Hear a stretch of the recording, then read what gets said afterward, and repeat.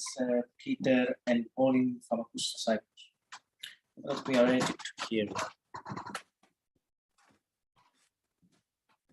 So thank you to us for this nice introduction. Thanks to organizing committee. Thanks to organizing committee, and also thanks to Dorota who told me about the formal initiative, so I can be here with you now. Okay, so I will start my presentation and move to the first slide. Okay, so the fragmentarily preserved fresco depicting a group of men is one of the few remains that have survived from the original painted decoration of the Church of Saints Peter and Paul in Famagusta. This building, known under its Turkish name Sinan Pasha Jami, is identified with the Church of Saints Peter and Paul on the basis of the map created in 1571 in Brescia by Stefano Gibellino, which since Camille Enard's research remains one of the most important sources for identifying the medieval churches of Famagusta. Sorry. To this day, Church of Saints Peter and Paul is still a subject of scientific debate regarding its dating and affiliation. It is safe to assume, though, that the first stones for the church were laid down around the middle of the 14th century during the reign of the King Hugh IV or his successor Peter I, and it was initially the church of either Latin or Nestorian rite. Available sources don't include information about painted decoration of the church, so the date of its creation is still undetermined. The most valuable information providing a certain terminus ante quem for the creation of paintings in the church is a reference from François Attard's relation from 1520, where he noted that the Church of Saints Peter and Paul no longer functioned as a sacral building and served as a granary. It seems that no religious paintings could have been created within the church wall at that time. Undoubtedly, the painted decorations were created only after the construction of the building itself. The most interesting element of the remaining painted decoration of the church seems to be the fresco depicting a group of men, which was so far interpreted by researchers as a representation of the 40 martyrs of Sebas. However, the clear iconographical identification of this painting remains the subject of some controversy. Due to the fragmentary preservation of the painting from the Church of Saints Peter and Paul, and no source references to it, its iconographical identification must be carried out carefully. Although it cannot be ruled out that this fresco is a fragment of the representation of the 40 martyrs of Sebas, as was assumed by the old researchers dealing with this issue so far, I would like to draw attention to a few doubts related to such identification of the painting from Famagusta. The first one is the date of the execution of the fresco. We are dealing here with the late medieval artwork, probably created around the second half of the 14th century. Also, the theme of 40 martyrs of Sebas became more prevalent in the Byzantine arts after the period of iconoclasm, being fairly widespread throughout the Middle Byzantine period. Its popularity declined in the late Byzantine times, and such renditions appeared only occasionally, what was already indicated by Michele Bacci. What is more, the identification of the painting from Famagusta as a rendition of the 40 martyrs of Sebas turns out to be particularly troublesome if taken into account the fact that the Church of Saints Peter and Paul was most likely a church of Latin or Nestorian rite. Besides, early medieval decoration of the chapel of 40 martyrs by the church Santa Maria Antiqua in Rome, it is quite a challenge to point to any other rendition of the scene within the monumental painting that could be linked with either medieval art of the Latin West or that associated with the Syrian Christians. It seems that the only known depictions of this theme from these cultural circles have been preserved in miniature painting. From Latin circle, these are miniatures from two manuscripts of the French translation of Vincent of Beauvois' Speculum Historia by Jean de Binaille from 1396 and 1463, and from Syriac circle, miniatures from the lectionary from 1220. So here you can see them. However, in comparison to the fresco from the Church of Saints Peter and Paul, in all these representations, a completely different iconography is presented. Eventually, The monochromatic nature of the composition from the Church of Saints Peter and Paul stands out in the known pieces of the monumental painting renditions of the 40 Martyrs of Sebaste. Considering the doubts, it can be assumed that the painting from the Church of Saints Peter and Paul could not necessarily depict the 40 Martyrs of Sebaste, but could have been a part of a larger composition of an effectively different iconography, namely the scene of the Last Judgment, one widespread and prevalent in the Latin West, but still encountered in the Byzantine art. This theme, fully developed in the Middle Byzantine period, includes the episodes of the torments of the damned. Here, naked figures depicted in poses expressing suffering were most often shown in semicircular or rectangular fields. Such a scheme can be found, for example, in the monumental mosaic depicting the Last Judgment, decorating the western wall of the Basilica of Santa Maria Assunta in Torcello, or in the miniature depicting the Last Judgment from the manuscript kept in the Bibliothèque Nationale de France. So here you can see them. We can assume that the fresco from Church of Saints Peter and Paul in Famagusta can also be identified as a fragment of the scene of the torments of the damned, which is the only preserved element of the composition of the Last Judgment, which once adorned the walls of the church. A depiction of the Last Judgment, best coinciding with the fresco from Famagusta, is a monumental, multi-layered composition adorning the vault and walls of the Paraclesion of the Church of the Holy Saviour in Cora in Constantinople, that was decorated with the fresco somewhere between the years 1350 and 1321. One of the Last Judgment episodes, located on the southern wall, divided into 4 groups, is a composition depicting the torments of the dead. Each particular group consists of the monochromatic characters depicted in the nude, entangled in the crowd, and in poses expressing immense suffering. The groups are better identified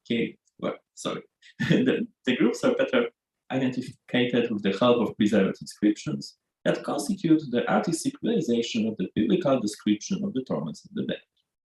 The gnashing of teeth, the outer darkness, the worm that sleep at night, and the unquenchable fire. It could have been the scene of the torments of the damned depicted in the composition of the Last Judgment in Cora that served as an indirect iconographical model for the painting from Famagusta. It seems that the composition from Cora could have a tremendous effect on the art of its time, being a kind of iconographical innovation that, alongside the migrating artists, might have been carried to the very frontiers of the so-called Byzantine cultural style. It is very likely that the frescoes from the Paraclesion in Cora were well known to the Byzantine painters working on the decoration of the churches built on the territory of the Kingdom and Tsardom of Serbia after the death of the King Stefan II. That coincides with the year of the completion of the frescoes in Cora. The most interesting depiction of the Last Judgment from then Serbia, where we can trace down some inspiration with the solutions known from Cora, is a composition located in the naos of the Christ Pantocrator Church in the Chani Monastery. The building was decorated with the frescoes between the years 1338 and 1347 in the time of King, later Tsar Stefan Dushan. In the western part of the church, on the vault, in the upper part of the walls and the pillars, was placed an extensive scene of the Last Judgment. In the Chani, we can see the themes that quarter century earlier make up the frescoes of Cora, among others the scenes of the torments of the damned, with 2 groups of characters that, based on the inscriptions, we can identify as the outer darkness and the worm that sleep at night. Based on the iconographical aspects, the depictions are fairly similar to the renditions from Cora. Here as well we can see crowded groups of men with gestures suggesting suffering. The characters from the Chani are not entirely nude, as it was the case in Cora. They are rather covered with clothes, similar to the ones from the frescoes in the Church of Saints Peter and Paul in Famagusta. We can also trace down the stylistic convergence of the painting from the Church of Saints Peter and Paul with the frescoes from Cora and Decen.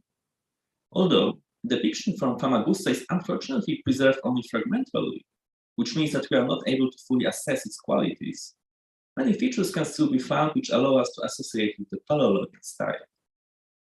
The composition is overcrowded and almost deprived of free space.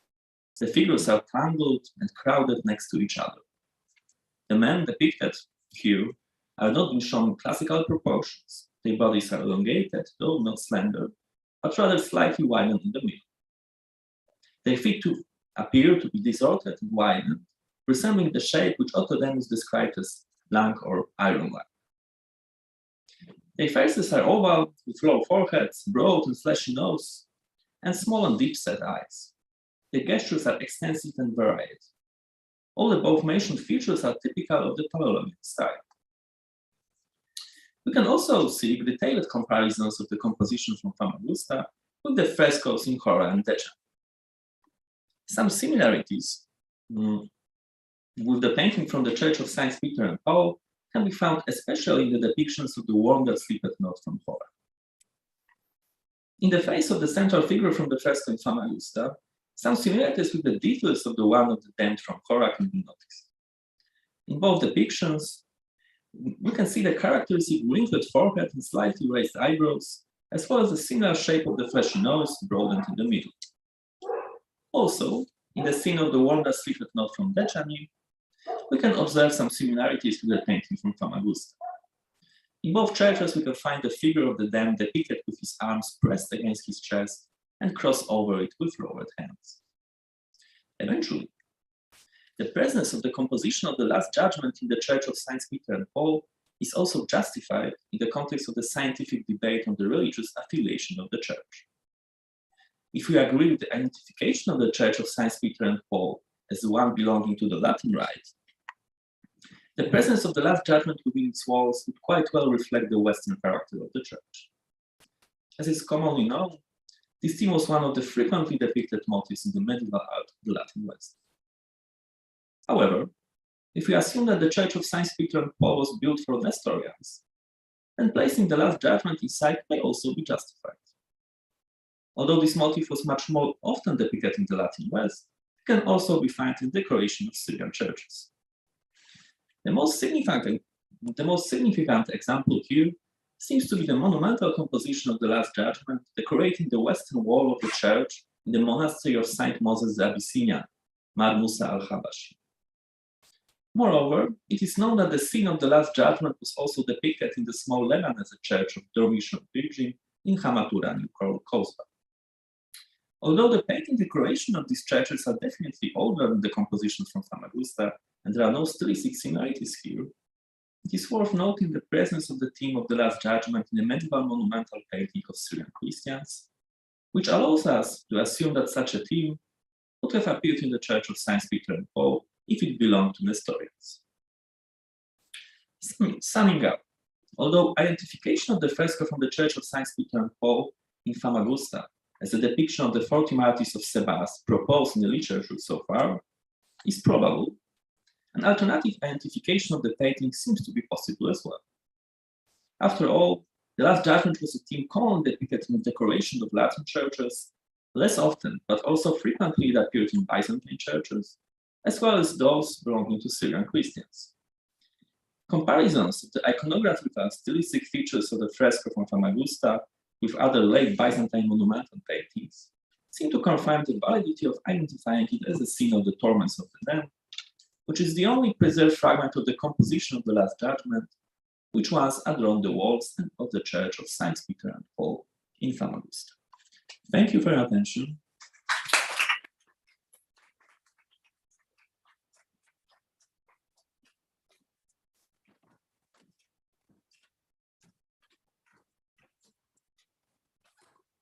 I'd like to thank all the speakers for their presentation and especially for keeping the time. Since the fourth presentation is cancelled, we can move on to the Q&A session. Let me invite all Zoom participants, viewers, and also the audience to participate in the discussion. Unfortunately, the first speaker, Polymnia, she had an obligatory and will not join the session. So we are moving to the second presentation and to Dorota Zapselska. Are there any questions for Dorota? Michalis. Thank you.